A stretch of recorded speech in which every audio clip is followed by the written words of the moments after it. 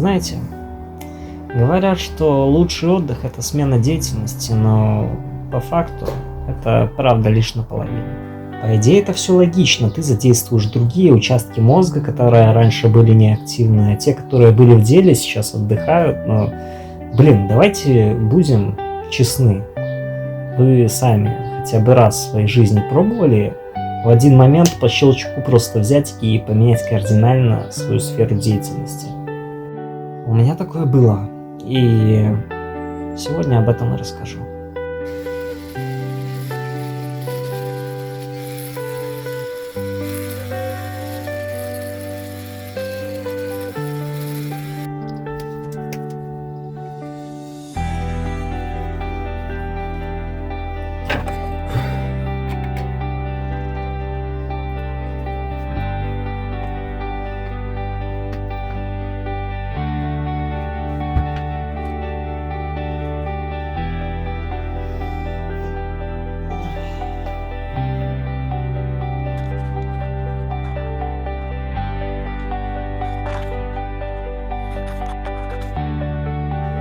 Всем привет! Это подкаст «Банально, но как есть». Здесь мы обсуждаем различные простые темы, которые постоянно приходят в наши с вами головы.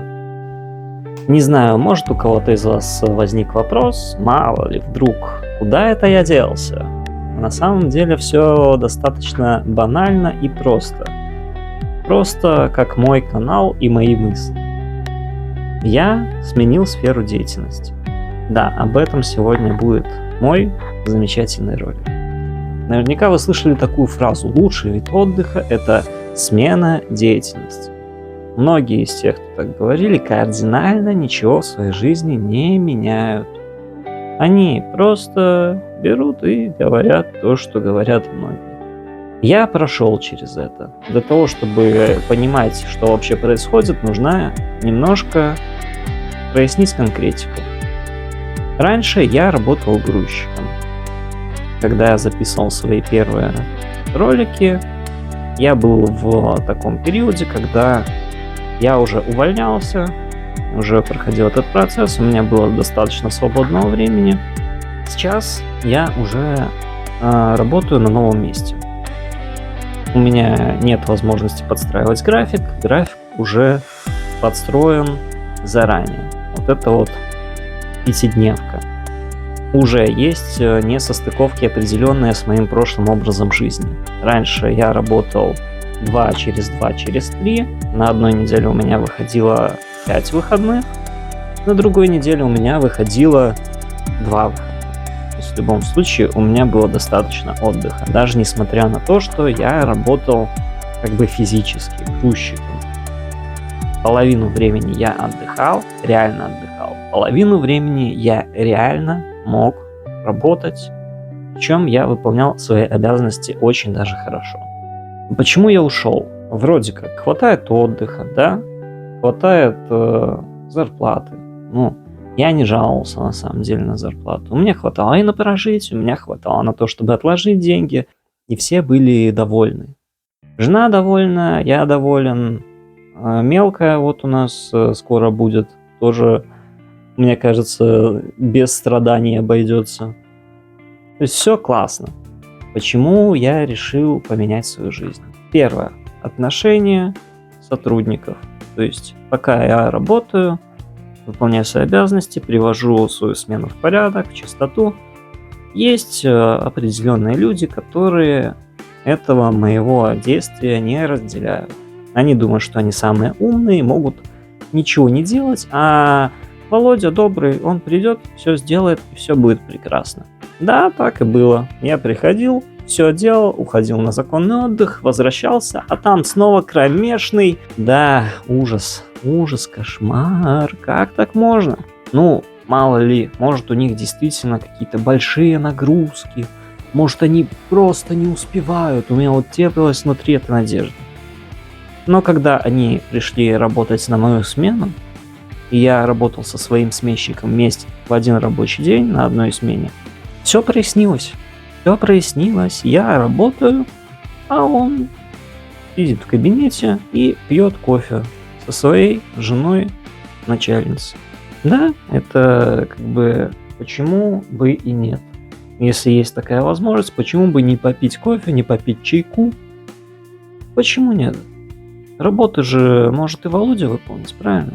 Один день мне все показал. Ну и к тому же, опять-таки, ребенок скоро будет, там уже будет не до того, чтобы отвечать на вопросы из серии Мама, почему папа грузчиком работает? Он что, плохо в школе учился? А это стереотипичное мнение взрослого поколения, которые не хотят, чтобы их маленькие дети работали на таких работах, как я когда-то. Потому что эта работа считается тяжелой, и может ты даже будешь зарабатывать неплохо, но ты будешь постоянно убитый как камень, и к 40 у тебя не будет спины вообще. И на самом деле в этом есть часть правды, да. Я уже под конец начал чувствовать себя очень хреново. Я ходил постоянно с этим поддерживающим поясом для того, чтобы не сорвать себе спину. Я старался максимально давать нагрузку на свои руки, на мышцы. И тогда у меня достаточно были неплохие руки. Это замечали многие, в том числе моя жена, родители, друзья, коллеги. Вот все видели, что у меня неплохо накачаны руки. Все это начало сходить на нет, когда я решил пойти работать в другое место. Не договорил. Вот, представляете, унесло меня опять с этими мыслями. Надо же рассказать еще причины, почему я ушел. Да, этот день мне показал все. Я поработал со своими коллегами, вот этим вот сменщиком. Увидел, что они не особо-то работают. И мне кажется, это распространяется не только на тот день, это постоянная их история, иначе там бы такого не было.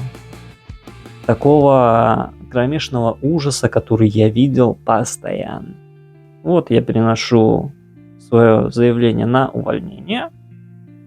Уже просто на эмоциях думаю, ну все, это ад, это какой-то кошмар, я в этом находиться не хочу, давайте вы меня увольняйте. Мне говорят, вот отработаешь месяц, все будет окей. Я этот месяц отрабатываю, и на протяжении всего этого месяца я сначала слышу, что я ничего, оказывается, не делаю. Я ничего не делаю. Это у меня там всегда бардак, я постоянно сижу в кабинете, пью чай и хожу обедать по 2 часа вместо часа, который мне положен. Посмотрите камеры просто, чем я занимаюсь. У вас везде в этой точке напиханы гребаные камеры. Посмотрите их, вы увидите все вообще, всю подноготную этого магазина. Там прекрасно видно, когда я нахожусь на работе, когда я нахожусь на обеде, когда я работаю, когда я отдыхаю. И вы просто поймете, кто здесь ничего не делает. Нет, это все, это бред.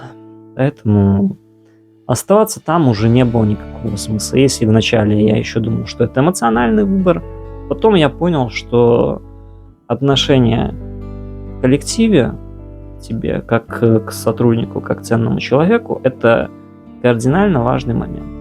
Если оно не соответствует твоим ожиданиям, если оно не соответствует даже хотя бы реальности какой-то банальнейшей, там делать нечего тебе. Это 100%.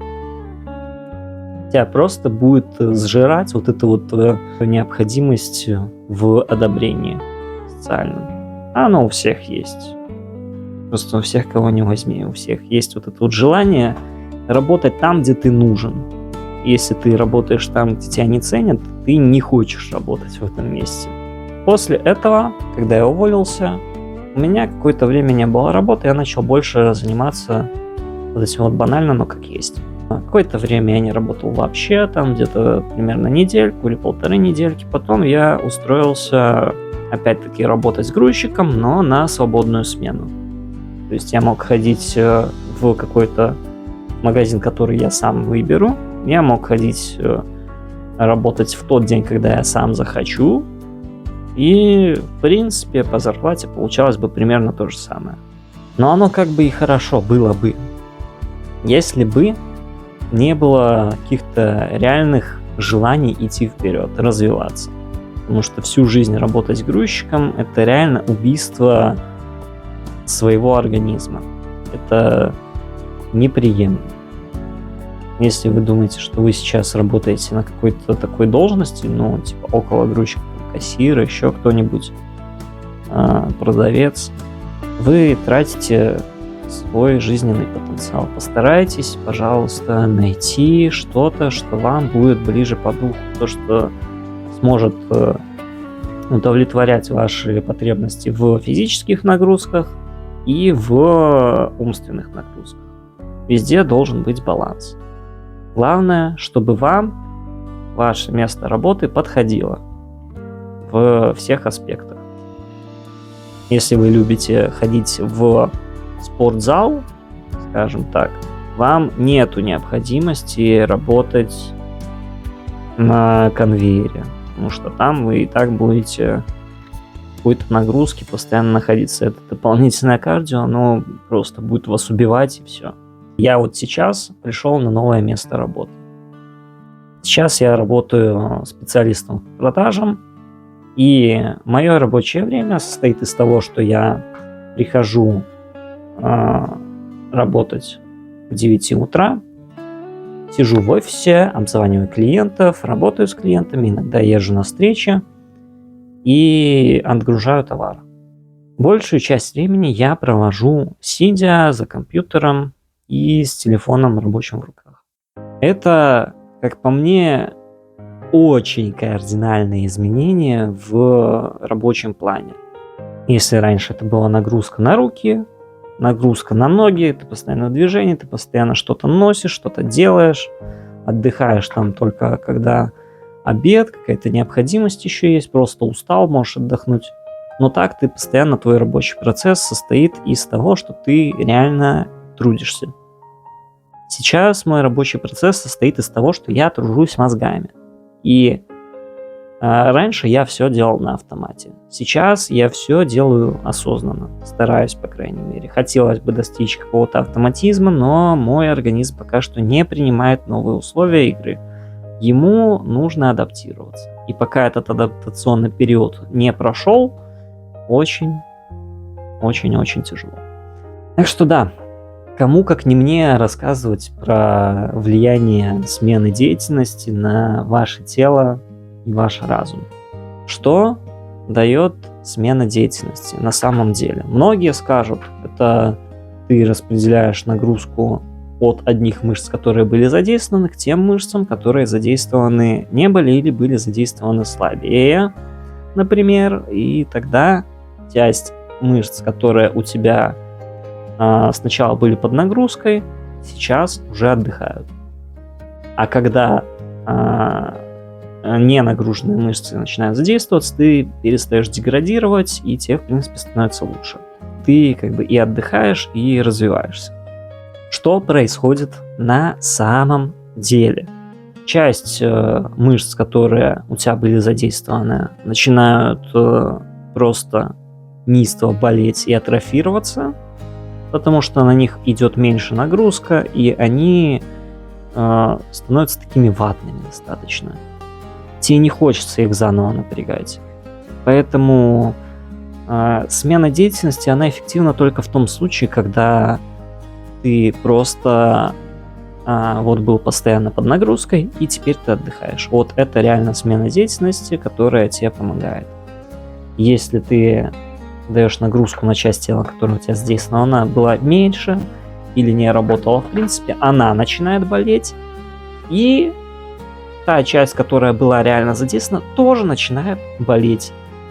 В чем здесь профит, в чем здесь плюс? Только в том, что ты реально развиваешься. Но отдыха ты ощущать не будешь ни секунды. Просто ни одного момента не будет, когда ты будешь чувствовать себя отдохнувшим. Вот это вот ощущение заряженности вот этой вот энергии, которая у тебя происходит, когда ты реально даешь себе отдохнуть. У тебя этого ощущения больше не будет. Нет! Ни в одну секунду твоей жизни у тебя больше не будет такого ощущения. Хотя, казалось бы, у тебя должны быть мышцы отдохнувшими, ты должен чувствовать себя просто на каком-то адреналине, ты должен постоянно хотеть что-то делать, потому что ты всегда что-то делал. Должен хотеть этого. Ты должен, понимаешь, ты обязан. Но ты просто не хочешь этого делать.